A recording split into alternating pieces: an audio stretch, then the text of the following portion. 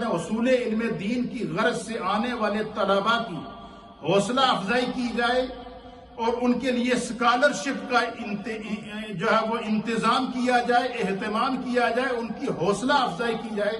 یہ اعلیٰ حضرت آج سے 100 سال پہلے یہ ایجنڈا دے گئے کہ جو لوگ دین کی تعلیم حاصل کرتے ہیں، جو طلباء ہیں، ان کی خدمت کرو، ان کی حوصلہ افزائی کرو، ان کی حوصلہ شکنی نہ کرو۔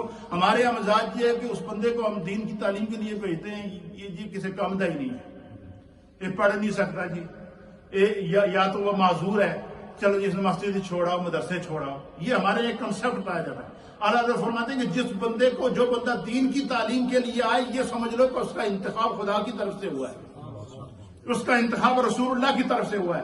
فرمایا کہ دیکھو کہ کوئی شخص طالب علم ہے، مدرسے میں پڑھ رہا ہے، تو فرمایا اس کی اتنی حوصلہ افزائی کرو کہ وہ اس تعلیم کو اپنے لیے فخر سمجھے۔ تیسری چیز کیا؟ آپ فرماتے ہیں کہ جو تعلیم دینے والے علماء ہیں، مدرسین ہیں، چاہے وہ ائمہ مسجد ہوں، مساجد ہوں، چاہے وہ مدارس کے علماء ہوں، مدرسین ہوں، فرمایا کہ عوام کو چاہیے، منتظمین کو چاہیے، مساجد انتظامیہ کو چاہیے، مدارس انتظامیہ کو چاہیے، اور عوام الناس کو چاہیے، اور مخیر حضرات کو چاہیے کہ مدرسین یعنی اساتذہ اکرام کو ان کی صلاحیتوں اور دینی خدمات کے پیش نظر اچھا سیلری پیکیج دیں۔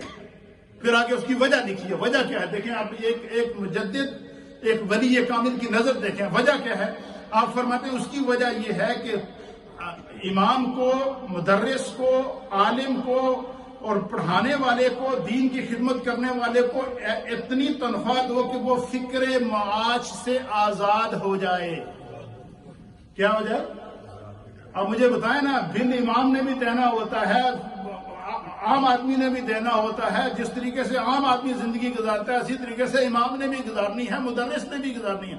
آپ فرماتے ہیں اپنے امام کو، اپنے مدرس کو، اپنے عالم کو، مدرسے میں پڑھانے والے کو، مسجد میں پڑھانے والے کو اس طرح کا سیلری پیکیج دو کہ وہ فکر معاش سے آزاد ہو جائے، اسے یہ فکر نہ رہے کہ بھائی جو ہے وہ یہ تنخواہ میری پوری نہیں ہوگی تو میں آگے جا کر کیا کروں گا، اس مہینے کیا کروں گا، اس بل کا کیا کروں گا، اس بل کا کیا کروں گا۔ فرمایا کہ یہ پبلک کی ذمہ داری ہے کہ وہ اپنے جن لوگوں سے دینی کام لے رہے ہیں، دینی مدد لے رہے ہیں، ان کو فکر معاش سے آزاد کر لیں تاکہ وہ اپنی ساری توجہ دین کے اوپر دیں۔ فرمایا جب وہ اپنی ساری توجہ دین کے اوپر دیں گے، تدریس کے اوپر دیں گے، تو وہ ایسے معمار تیار کریں گے جو تبلیغ دین اور اصلاح معاشرہ میں اپنا کردار ادا کر سکیں۔ نمبر 4، آپ لکھتے ہیں اعلیٰ حضرت امام اہل سنت کہ دوران تعلیم طلباء کی مزاج، دلچسپی اور صلاحیتوں کو پرکھا جائے اور ان امور کو پیش نظر رکھ کر اصلاح معاشرہ کے متعلق انہیں ذمہ داری سونپی جائے، تاکہ جب وہ پریکٹیکل لائف کے اندر جائیں تو ان کو ذمہ داری کا احساس ہو کہ مجھے اس انداز سے اس کو تیار کیا گیا تھا۔ اور نمبر 5، اعلیٰ حضرت صنعت فراغت حاصل کرنے والے نوجوان علماء اکرام میں جو تقریر کی صلاحیت رکھتے ہیں انہیں دین کی تبلیغ اور وعظ و نصیحت کی ذمہ داری سونپی جائے۔ جو اچھے پڑھا سکتے ہیں انہیں مسند تدریس پر فائز کیا جائے۔ جو محققانہ نظر رکھتے ہیں، تحقیق کی نظر رکھتے ہیں، انہیں جو ہے وہ تصنیف اور تالیف کے شعبے میں لگایا جائے۔ فرمایا جو علماء تالیف کا کام کر سکتے ہیں ان سے تالیف کا کام لیا جائے، جو تقریر کا کام کر سکتے ہیں ان سے تقریر کا کام لیا جائے، جو تدریس کا کام کر سکتے ہیں ان کو تدریس سے کام لیا جائے۔ اور فرمایا کہ ان کا کام اس طرح لیا جائے کہ ان کو فکر معاش سے آزاد کر دیا جائے تاکہ وہ ہر شعبے میں اپنا کام کر کے دکھائے۔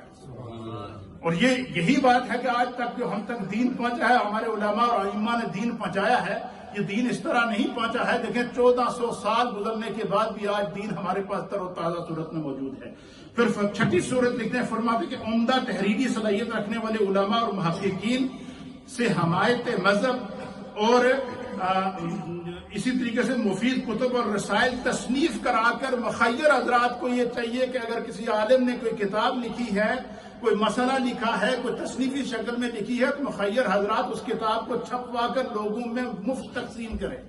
یہ کام کریں تاکہ لوگ پڑھ کر علم کو کیا کریں، علم کو حاصل کریں اور علم کو عام پھیلایا جائے۔ اس طریقے سے فرمایا معاشرہ گمراہی سے بچ سکتا ہے۔ اور نمبر 7، آپ فرماتے ہیں کہ علماء اہل سنت کی مفید کتابوں اور کتب اور رسائل کو اچھی کوالٹی کے اندر، بہترین ٹائٹل کے اندر کمپوزنگ کرا کر ان کو شائع کیا جائے تاکہ جو ہے وہ آپ فرماتے ہیں کہ تاکہ زیادہ سے زیادہ جو ہے وہ اسلامک لٹریچر لوگوں تک پہنچ سکے۔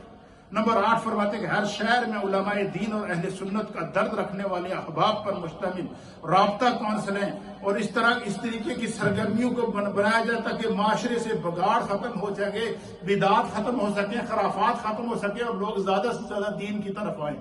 اور نمبر 9 فرماتے ہیں کہ قابل اور ماہر علماء دین جو فکر معاش کے باعث کسی دوسرے شعبے یا کاروبار میں مصروف ہیں انہیں فارغ البال بنایا جائے۔ آپ مجھے بتائیں نا، بہت سارے علماء ایسے ہیں جو مسجد میں آ کر پڑھا تو رہے ہیں لیکن ساتھ میں وہ ٹیکسی بھی کر رہے ہیں، وہ کسی دوسری جاب کی طرف بھی جا رہے ہیں، کیوں؟ خرچے پورے نہیں ہو رہے۔ اعلیٰ حضرت فرماتے ہیں کہ جن لوگوں سے آپ دین کا کام لے رہے ہیں ان کو فکر معاش سے آزاد کریں، پھر ان سے دین کا کام لیں، اس میں آپ کو بھی ثواب ملے گا، ان کو بھی کوئی فکر نہیں ہوگی باہر کی، وہ آپ کے مرکز کے اندر بیٹھے رہیں گے، وہاں سے باہر نکلیں گے۔ یہ امام اہل سنت کی آج سے 100 سال پہلے وہ بصیرت دے گئے۔